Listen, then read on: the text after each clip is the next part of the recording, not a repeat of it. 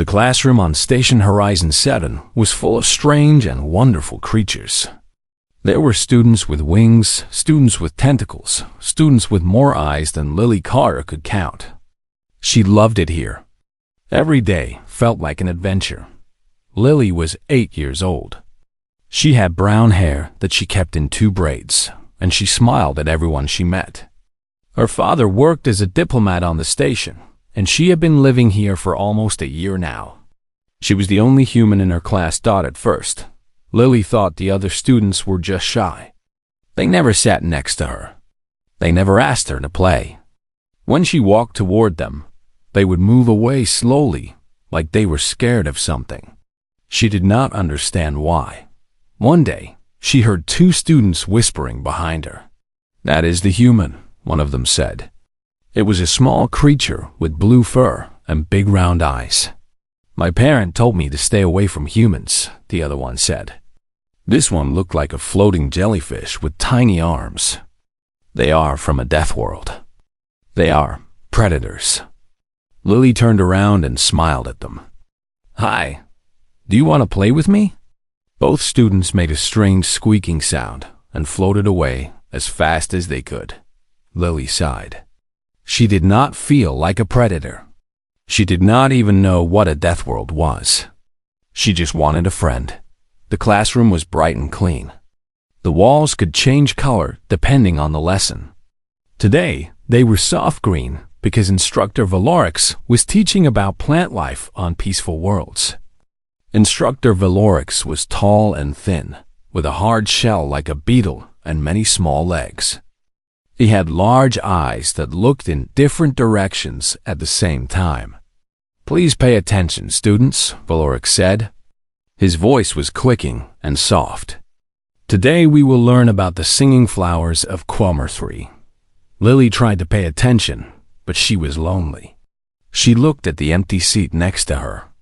No one ever sat there. Then the classroom door opened. Instructor Valorix stopped talking. His many legs clicked nervously on the floor. "Ah," he said. "Class, we have a new student joining us today." Everyone turned to look at the door. Lily heard a gasp from somewhere behind her. Then another. Then the whole room went very, very quiet. Standing in the doorway was the biggest child Lily had ever seen. He was almost as tall as Instructor Valorix, even though he was young. He had 6 legs and 2 powerful arms. His body was covered in dark gray plates, like armor. His face was somewhere between a wolf and a bear, with a long snout and sharp teeth. His eyes were golden and very serious.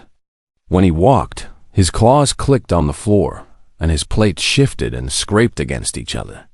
"This is Crix," Instructor Valorix said. His voice was shaking a little. "He's from Corax 9.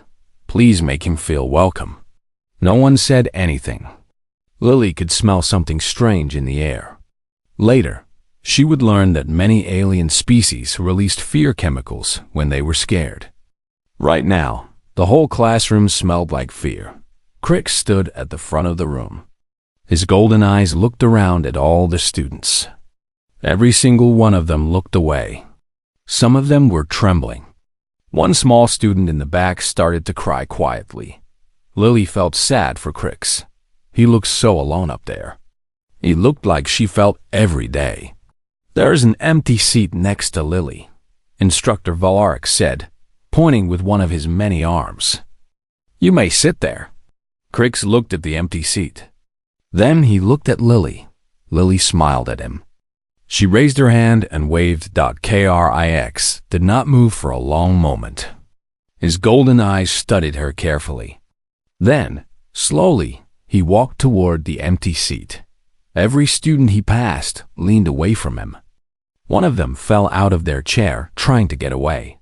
But Crix did not seem to notice. He just kept walking toward Lily. When he reached the seat, he stopped. He looked down at Lily. She was so much smaller than him. His one paw was bigger than her whole head. Lily was still smiling. Crix sat down. The chair creaked under his weight. His armored tail curled around the legs of the desk. The room was completely silent. Lily could hear her own heartbeat. She leaned over toward Crix. "Hi," she whispered. "I am Lily. Do you want to be friends?" Crix stared at her. His golden eyes were wide. His mouth opened a little, showing rows of sharp teeth. But he did not say anything. Lily waited. She kept smiling. Finally, Crix spoke. His voice was deep and rough, like rocks grinding together. "You are not afraid of me?" Lily thought about it. "No," she said. "Should I be?" Crix did not answer. He looked at her for a long time. Then he looked down at his own claws. They were long and sharp and could cut through metal. "Everyone is afraid of me," he said quietly. Lily shrugged. "Everyone is afraid of me too," she said. "I do not know why. I am not scary." Crix looked at her again. Something changed in his golden eyes. It was small, but Lily saw it. It looked like hope. "I have never had a friend before," Crix said. "Me neither," Lily said. "Not here, anyway." "So do you want to be friends?" Crix was quiet for a moment. Then he nodded slowly. "Yes," he said. "I would like that." Lily's smile grew even bigger. "Great, we can eat lunch together. I will show you around the station. It is really cool here. There is a big window where you can see the stars. And there is a garden with plants from 100 different worlds. And there is a food court with food from everywhere."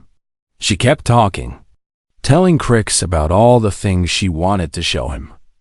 Crix listened quietly. He did not say much, but he did not look away either. Behind them, Instructor Velorix watched with all of his eyes. He had never seen anything like this before. A human child and a Velthari child, sitting together like it was the most normal thing in the world. Two apex predators from two different Deathworlds. He should probably report this to someone. But as he watched, Lily talking and Crix listening, he could not help but feel that something important was happening. Something the galaxy had never seen before. A friendship between two of the most dangerous species in the known universe. And it started with a simple question. Do you want to be friends? 1 week passed, and Lily Carter had a best friend. His name was Crix, and he was the scariest looking person on the whole station.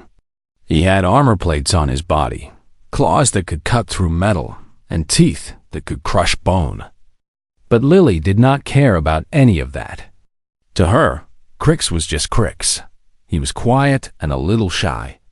And he always saved her a seat at lunch today, like every day this week. They sat together in the food court. Lily opened her lunchbox and pulled out a sandwich. It was peanut butter and jelly, her favorite. She also had an apple and a juice box. Crix opened his own container. Inside was a gray cube that smelled like meat and metal. "What is that?" Lily asked. "Protein cube," Crix said. "Standard food from my world. It is all the nutrients a Velthari needs.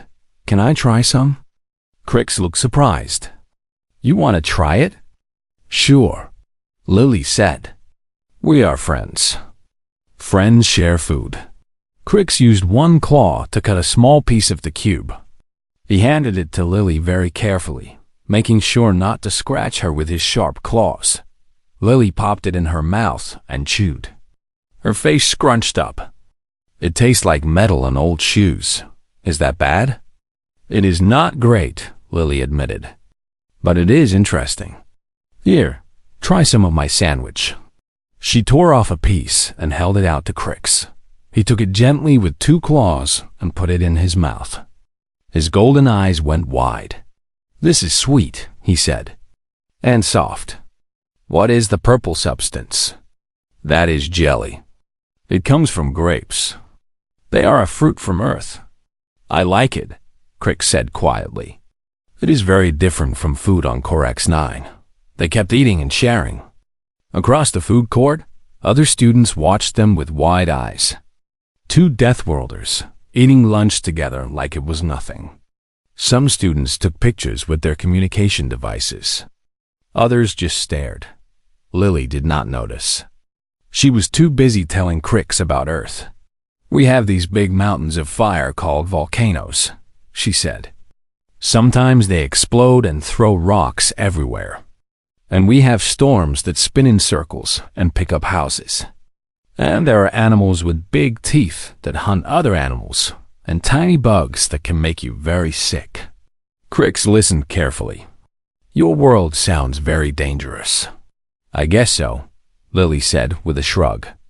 "But it is home. It is normal to me. On Carax 9, we have acid rain and earthquakes every day," Crix said. "The plants are sharp and poisonous. The animals are always hungry. My people learn to survive by being strong." "That sounds hard." "It is," Crix said. He looked down at his claws. "I was the smallest in my family. My brothers and sisters were always stronger than me. My parents sent me here because they thought it would make me tougher. Do you miss them?" Crix was quiet for a moment. "I do not know. They were not very kind to me. They said I was weak." Lily reached over and put her small hand on his big armored arm. "You are not weak," she said. "You are my friend. And my friends are never weak." Crix did not know what to say. No one had ever said anything like that to him before. Meanwhile, in the school office, Instructor Valorix was having a meeting with the administrators. "I am concerned," Valorix said. His legs clicked nervously. "Two apex predators are forming a bond. This could be dangerous."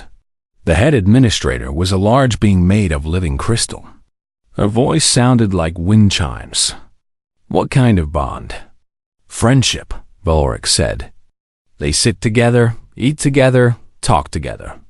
The human child shows no fear of the Valkyrie, and the Valkyrie seems to trust the human." "This is unusual," the crystal administrator said. "But is it dangerous?" Valorix hesitated. "I do not know. Humans are persistent predators. They chase their prey until it collapses from exhaustion. And Valkyrie are pack hunters. They work together to take down large creatures. If these two combine their instincts..." "Keep watching them," the administrator said. "Report anything concerning." Valorix agreed and went back to his classroom. That afternoon, Crix was walking alone through a quiet hallway. Lily had to go to a meeting with her father, so he was by himself. 3 older students stepped out from behind a corner. They were from a species called the Pelori. They had soft fur and long ears and ate only plants. They were usually timid and afraid of everything, but there were 3 of them, and they were much bigger than most students their age. "Look at the little Valkyrie," one of them said. His voice was mocking. All alone without his pet human. Crix stopped walking. His plates rose slightly. "We heard you are friends with the human," another Pelori said. "That is so cute. 2 monsters playing together." "Leave me alone," Crix said quietly. "Or what?" The third Pelori said. "You will call your little human to save you? Everyone says humans are dangerous, but look at her. She is tiny. She has no claws, no armor, no venom. What can she do?" Crix did not answer. He did not want to fight. Fighting would only prove that he was the monster everyone thought he was. "She is soft and weak," the first Pelori continued. "Just like you. You are the weakest Valkyrie I have ever seen. No wonder your family sent you away. That hurt." Crix felt something cold in his chest. Then he heard footsteps behind him. "Hi, Crix." It was Lily. Her meeting had ended early, and she had come to find him. The 3 Pelori looked at her. They were much bigger than she was. They had nothing to fear from a small human child. Lily looked at them. Her smile faded. She saw the way they were standing, the way they were looking at Crix. "Are you being mean to my friend?" she asked. The Pelori laughed. "What are you going to do about it, little human?" Lily did not yell. She did not run. She just walked forward and stood next to Crix. Then she looked at the three. Pelori. She did not blink. Humans do not blink very much compared to other species. And when a human stares at you without blinking, something strange happens. Some deep, ancient part of your brain starts to send warning signals. It tells you that you are being watched by something that is not afraid of you. Something that might be hunting you. The three Pelori felt this now. They did not understand it. They just knew that something was wrong. The small human child was looking at them. And suddenly, they wanted to be very far away. "Let us go," one of them said quickly.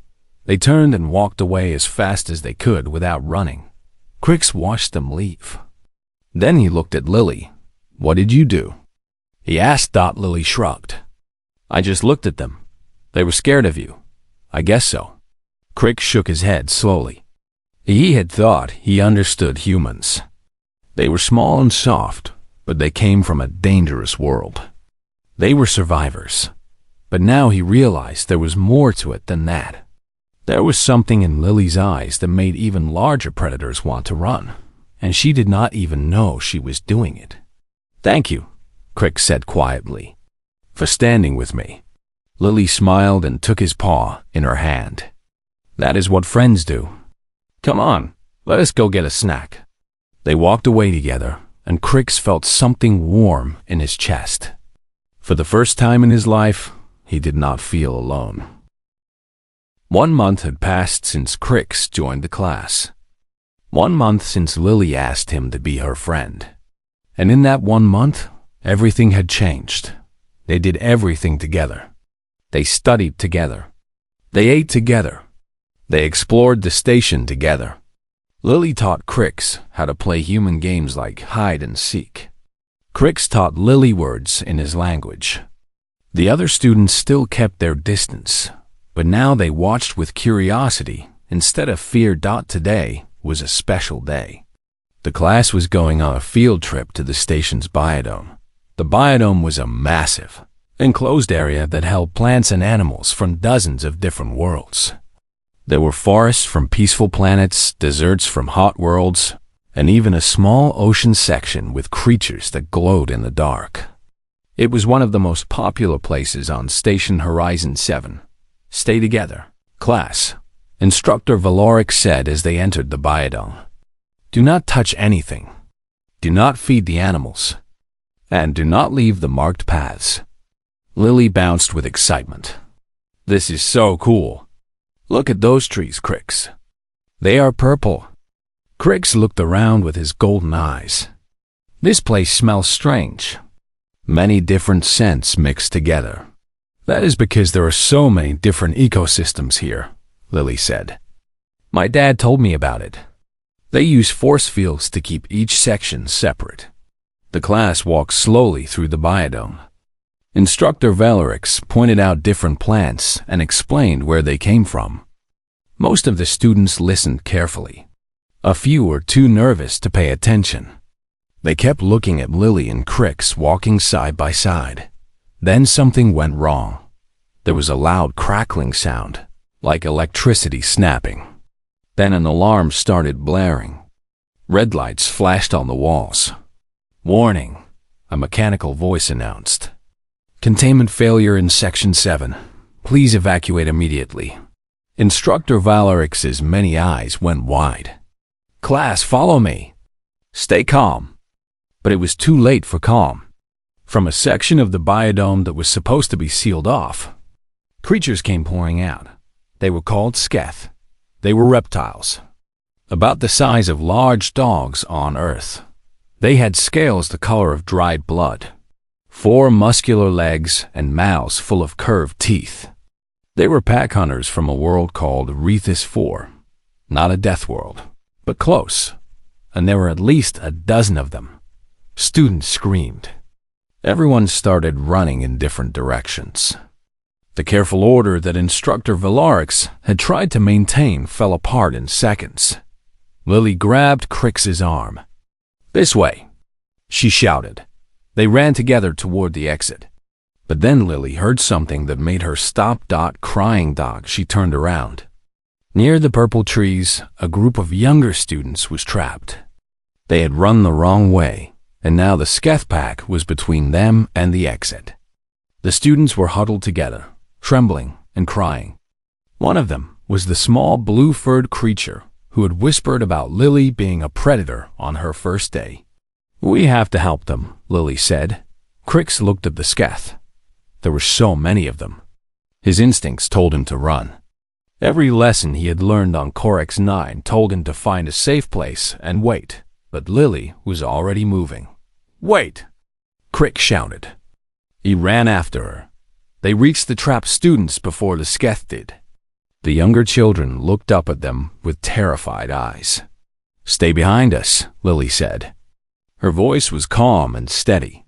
The Sketh pack moved closer. Their red scales caught the artificial light.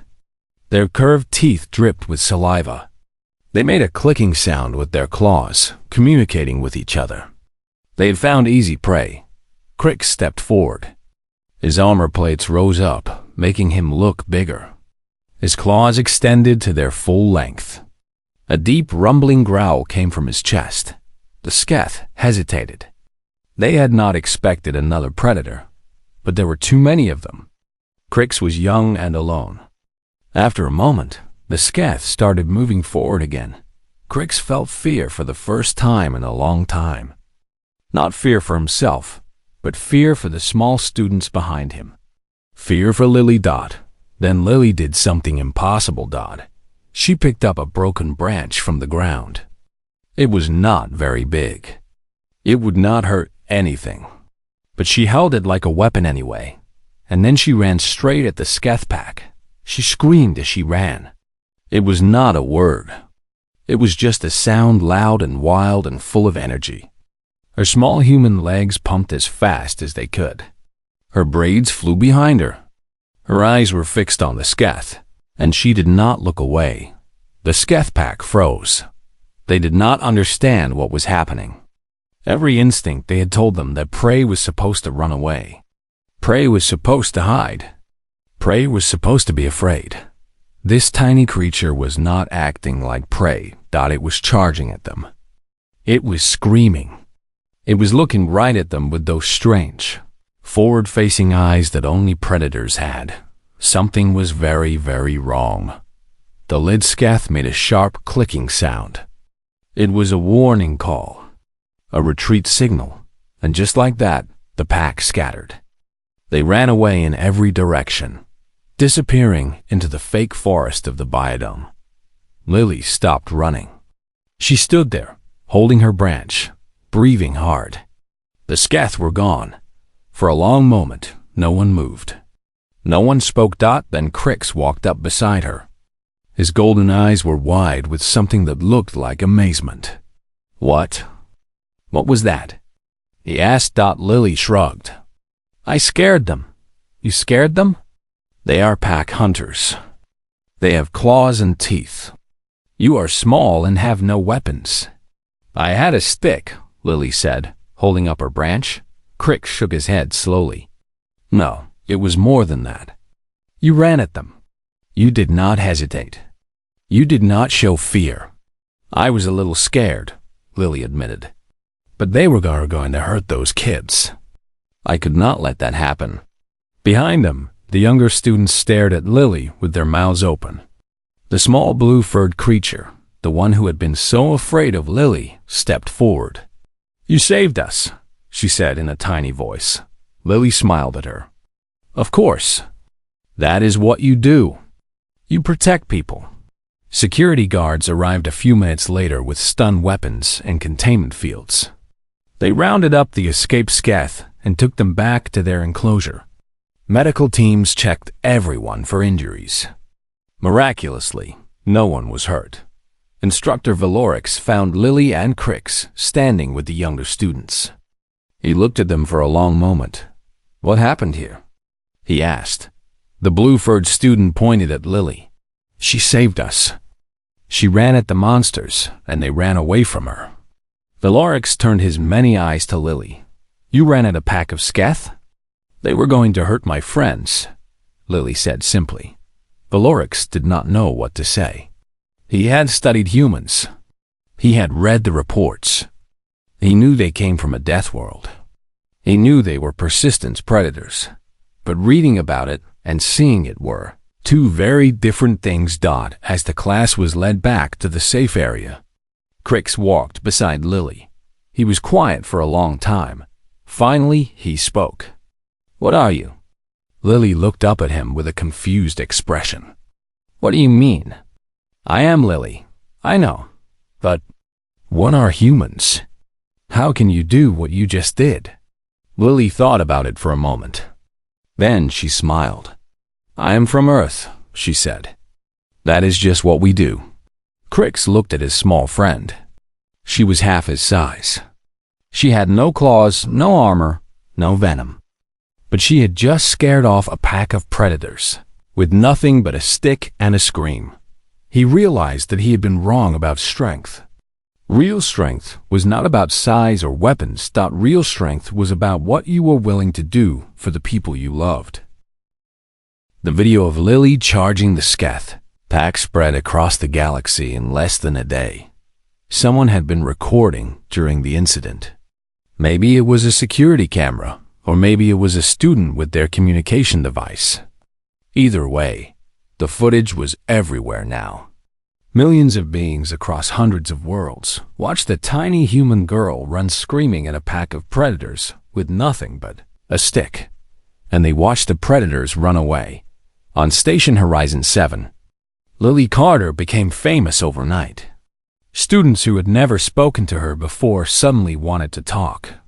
Teachers looked at her differently. Even the security guards gave her respectful nods when she passed by. Lily did not understand what the big deal was.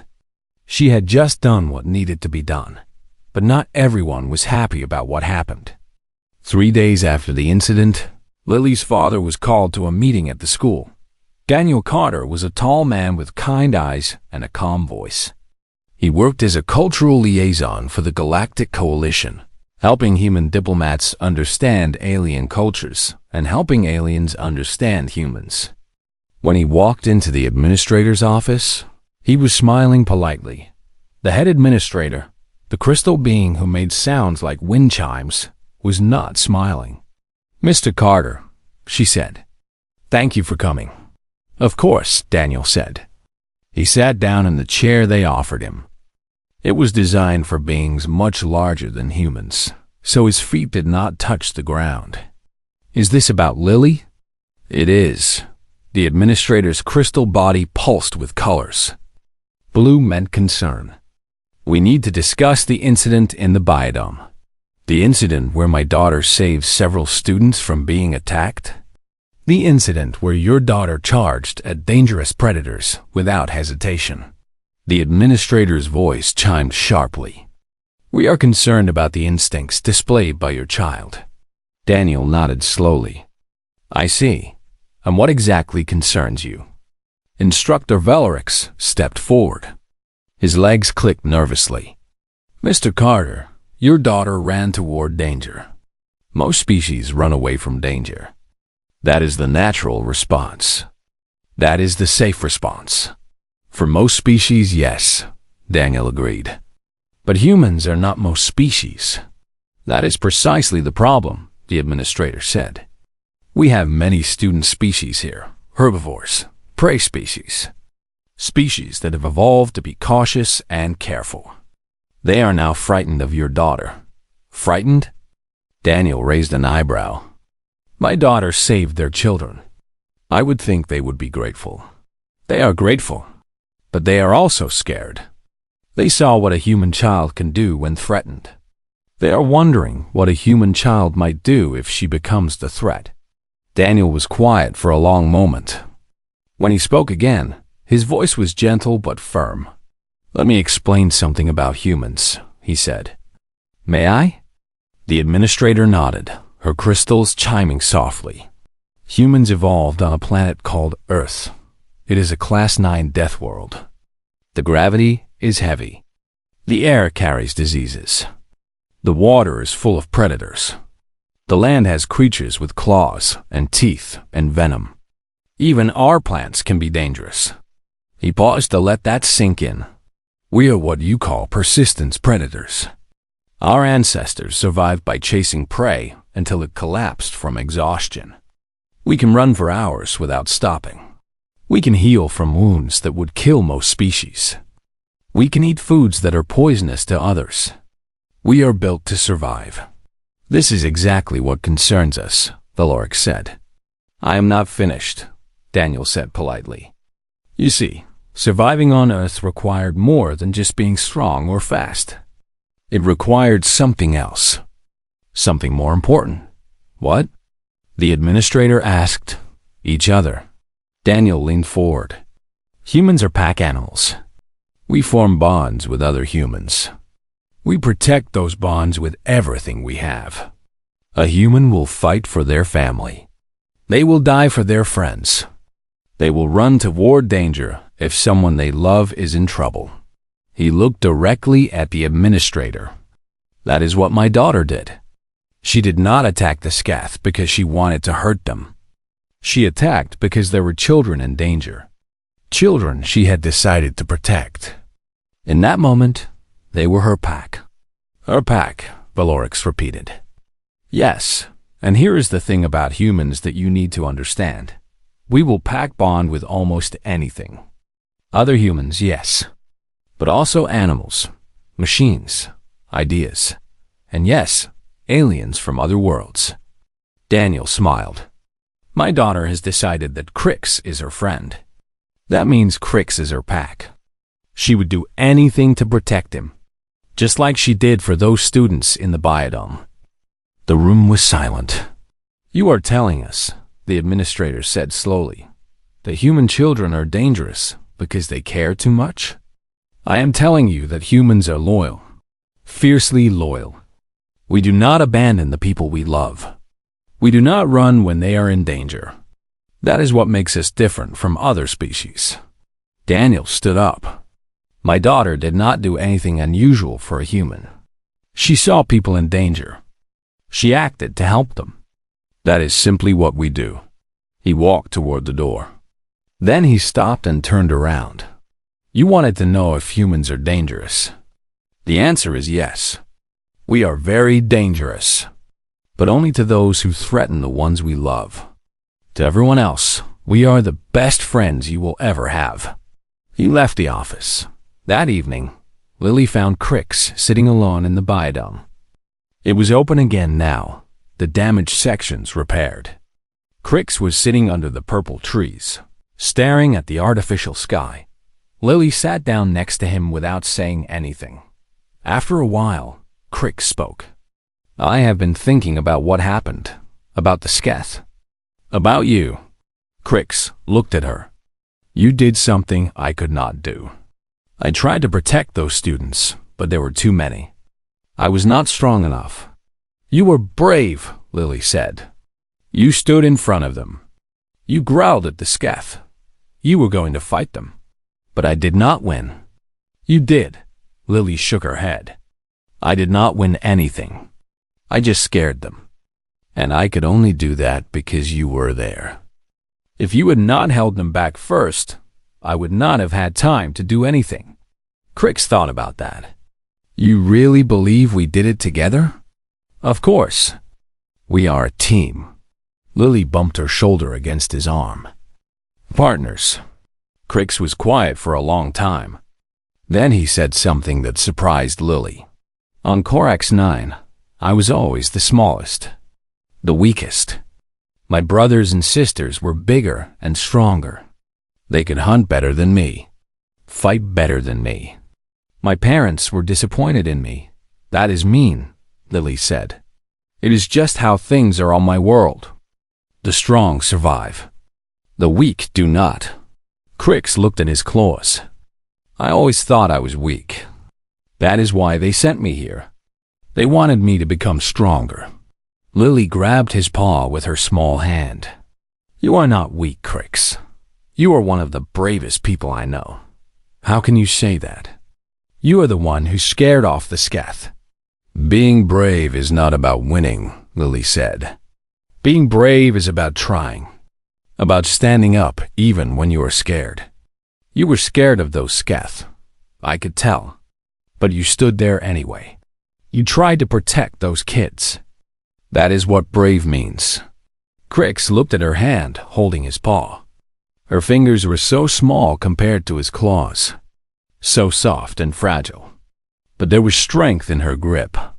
My family never taught me that, he said quietly. Then I will teach you, Lily said. That is what friends are for. Crix felt something warm in his chest. It was a feeling he did not have a name for. On Corax 9 there was no word for it, but humans had a word. Lily had taught it to him. The word was love. Will we always be friends? He asked. Lily squeezed his paw tighter. Pack stays together, she said. Always. Crix did not fully understand what pack meant to humans. But sitting there under the purple trees, holding hands with his best friend, he was starting to learn. 6 months had passed since the incident in the biodome. 6 months since a tiny human girl ran screaming at a pack of predators with nothing but a stick. 6 months since everything changed. The classroom on Station Horizon 7 looked the same as it always did. The walls still changed colors for different lessons. Instructor Valorix still stood at the front, clicking his many legs. Students still sat in their seats, learning about the galaxy. But something was different now. Lily Cotter no longer sat alone. Her table was crowded with friends. The small blue-furred creature who had once been scared of her now sat on her left. A floating jellyfish student sat on her right. And Crix, as always, sat right beside her. The students of the class had learned something important in the past 6 months. They had learned that Deathworlders were not monsters to be feared. They were friends to be made, protectors to be trusted. And it all started with one human girl who asked a scary Velturi if he wanted to be friends. Today was a special day. A new student was joining the class. The door opened, and Instructor Valorix cleared his throat. Class, please welcome our new student. A boy walked in. He was human, about the same age as Lily. He had short black hair and nervous eyes. He looked around the room at all the alien faces, and his hands were shaking a little. This is Ethan Cole, Valorix said. He's from Earth. Please make him feel welcome. Ethan looked terrified. He had heard stories about aliens, about how strange they were, about how different everything would be. He had not expected to feel so small and alone. Then he saw Lily waving at him. Over here, she called. There is a seat at our table. Ethan walked over slowly. He looked at the aliens sitting around the table. They looked back at him with curiosity, but not fear. Then he saw Crix. Ethan stopped. His eyes went wide. Crix was huge. He had armor plates and claws and teeth. He looked like something from a nightmare. Hi, Crix said. His voice was deep and rough. I am Crix. Welcome to the class. Ethan did not move. He did not speak. Lily jumped up and took his arm. Do not worry, Ethan. Crix is my best friend. He's the nicest person on the whole station. Nicest? Ethan looked at Crix's claws. But he is so big and scary. Crix made a sound that Ethan did not recognize. Later, he would learn it was a Velturi laugh. Lily said the same thing is scary about humans, Crix said. That we have forward-facing eyes and we do not blink very much. She said it makes other species nervous. I never noticed that before, Ethan said. That is because you are human, Lily said. Come on, sit down. I will introduce you to everyone. She pulled him into a seat and started pointing at the other students. She told him all their names and what planets they were from, and what foods they liked and what games they played. Ethan listened, still a little shocked, but slowly starting to relax. During lunch, Lily told Ethan about the biodome incident. You ran at them? Ethan said, by yourself. Crix was there too, Lily said. We did it together. But they were predators. They could have killed you. Lily shrugged. They were going to hurt those kids. I could not let that happen. Ethan looked at Crix. And you stood there with her? Even though you were scared. That is what friends do, Crix said. Pack stays together. Pack, Ethan repeated. What does that mean? Lily smiled. It means family. Not the family you are born with, but the family you choose. The people you would do anything for. Ethan thought about that. He had never had many friends back on Earth. He had always felt like an outsider. But sitting here, surrounded by aliens and humans, he felt something he had not expected. He felt like maybe he could belong here. 2 weeks later, the class had their end-of-year presentation. Each student or group had to talk about their culture and what made it special. Lily and Crix had decided to present together. They stood at the front of the room, side by side. Lily barely reached Crix's shoulder. They looked like the strangest pair in the galaxy. Lily spoke first. On Earth, we have something called a pack, she said. It is not just about family. It is about the people you choose to love. The people you would fight for, die for, protect no matter what. Crix spoke next. His deep voice filled the room. On Carax 9, we have something similar. We call it Kith Bond. It is a bond between warriors who fight together, who trust each other with their lives. Lily looked at Crix.